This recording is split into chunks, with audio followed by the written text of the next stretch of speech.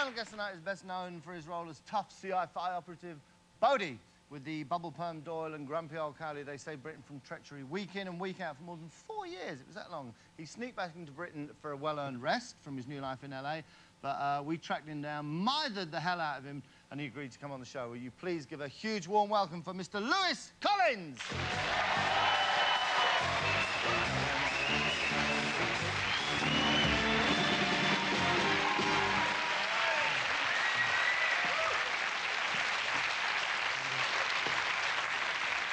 Thank you very much. Welcome. Look at that. Look how many questions I've got for you. I want your suit. That's great. It's fantastic. That takes me back, you know. That's my era. This is my era. It's the new suit. Whatever that It's means. the new look. You mean this style's been around before? It's been there, yeah. Right, professionals. Are you completely bored with talking about the professionals, or are you happy with No, because it's been so long now. Yeah. You know, it's been like 20 years, and I've avoided talking about it. Right, but it was the most amazing cult classic. Firstly, were you aware, when you turned up for work and you started doing it, that you you sort of know as an actor, you know, you can feel it's feeling good. Yeah. But I had no conception that it was going to be like 20 years down the road. The word is it's coming back to RWT. Can't talk about that. No, OK. You can't talk about that. I can.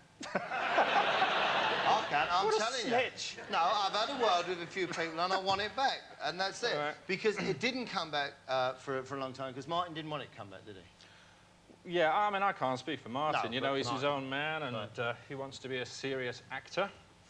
I mean, I think I'm a serious... I mean, we're all serious doing this. I mean, we earn a living doing it. Now then, here we go, because this is the other thing. Anthony Andrews was going to be Bodhi. Is that right? He was Bodhi for 7 days, yeah. So they started with Anthony Andrews? Yeah. What happens? Well, I don't know. He was a friend of Martin, so I don't think there was that kind of little edge, spark, and it just wasn't working. I don't know why. Right. And they'd seen me do this thing with Martin. Right. And so they called... Actually, they tricked me. They got me down to Pinewood saying, we want you to play this sergeant. You know, come on for a week and do a sergeant. And I thought, OK, great. And... but all these producers were sat around me, sort of like lasering into me, you know, saying, yes, I think he's got the look, you know, so all this, only playing a sergeant, for Christ's sake, you know. And they said, OK, you've got it. This was on a Friday. On the Wednesday, I was filming as Bodhi. Fantastic. The great thing about it, and I think what lifts it and what made it a show that transcended it, is that it's got this air about it, although I'm sure it was, of being real. You know, you and Martin, it was this thing, you did Well, actually, believe... we did most of the stunts. Absolutely. Well, that shows. And also, you did believe that when the programme finished, you and Martin went and pulled chicks and sat in a flat, drinking, like, beer and being, you know, guys. No, certainly not. Would you mind awfully if we played a little bit of it? Go for it, yeah. Right, let's say, just for you, for you students there who sit there going, oh, I think Annie Enfield's funny. Oh, no. I watch Baywatch, all right? Just have a look at this.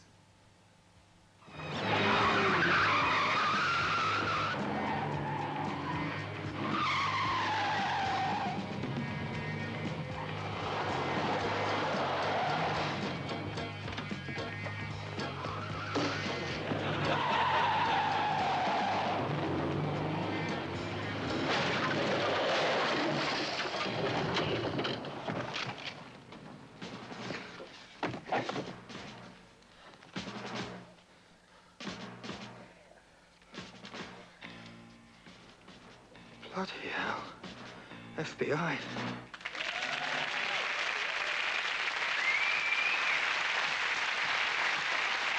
You see, they wouldn't do that now. Now you'd have. Now they think, how are we going to get how shall we get you, lovey, from the car to the field? What we need? Oh, get out of the car and jump over the fence and roll over. Yeah, guerrilla filming. I mean, you know, in those days they didn't have the money. And you did all that, didn't you? Oh, yeah. You did. And those cars, Capris. I wanted a Capri so badly. I bet you had the little toy though, didn't you? I did have the little toy. Absolutely right. Yeah. And I think I had a little toy of you doing that. Fantastic. Now then, well, I had a little toy, I'm sorry. I'm sitting talking to a man who I've got a little model of. What's the matter with you people? The other amazing thing that they came up with, this thing about the research, this thing about the cars. Right? Yeah. Is it true, because sometimes they feed me things out from way out left field, did you sometimes have to sleep in the cars? Is that true? That's absolutely true, yeah. I mean, all three of us. Gordon had to sleep in his Merc. Right. We had the cars you see, the action cars.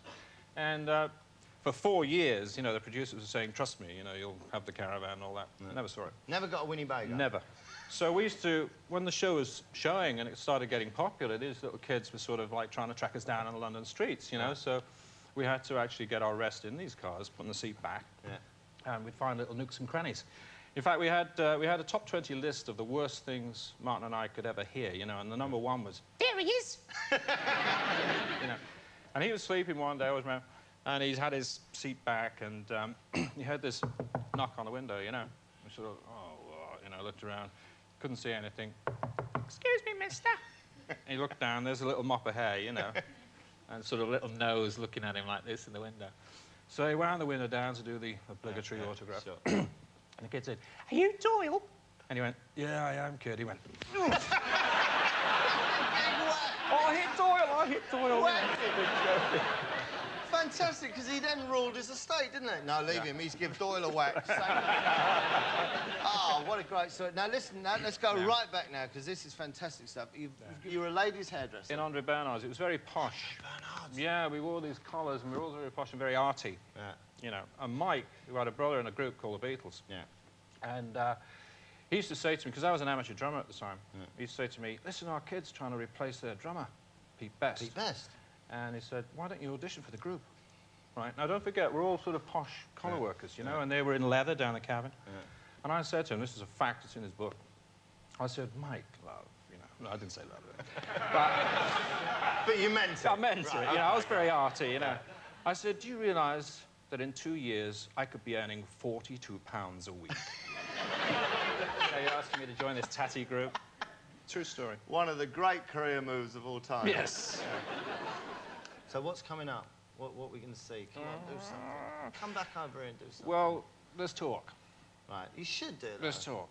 Surely the time's right now to come back. Well, I think, yeah, I mean, if that's what the people want. I mean, obviously, that's what's the important thing, you know, if people want to see... I mean, it'd be moved on. Yeah. Like, we're all getting a bit older, you know, and I would obviously be a kind of middle-aged, giving advice to kind of guy. You know? You could be Cowley. I didn't say that. Oh, I did not say that. You could be. You could be Cowley, and we could get the two boys who do the adverts. No, you could be... Have you seen the advert, I haven't seen it, no. Oh, it's People very say good. I think you'd enjoy the advert very much. But you could be Cowley, and the two lads could come, and you could do the slightly... Oh, that'd be fantastic. Yeah. Any possibility of that, or have I just... Am I talking nonsense? No, we're talking. Really So are. you are in discussion, because that would be fantastic. That would I'm be... glad to hear it. That'd be great. Oh, no, that'd be lovely. And is Martin in... Next question. Fantastic. Well, that would be wonderful. What I have got for you now is I've got some more VT. We showed a bit of the professionals. What I wasn't so pleased with, I don't know if you've even seen it, was the series that came about 3 years later. Obviously, you'd gone over to America. Martin was being a serious actor. And they redid it. I didn't think it was as good, but you make your own decision. Have a little look. Nobody move! I've got hot coffee. Oh. You're late. Bus, and I'm leaving early. Chick. Dentist. Fillings. Cats. Nasty. Check the facts. Message from Cowley. Top secret, for our eyes only. Must be something to do with... Oh, clubs! Ah! Phone! Leave it. Yes, go. Yes, go. We're on our way. It's Cowley. Terrace. Heathrow. Let's move it. Go. Cover me back. Problem? What? Asthma. Lift. Lift. Move it. Steady, steady. Out. Go on. Out. Go.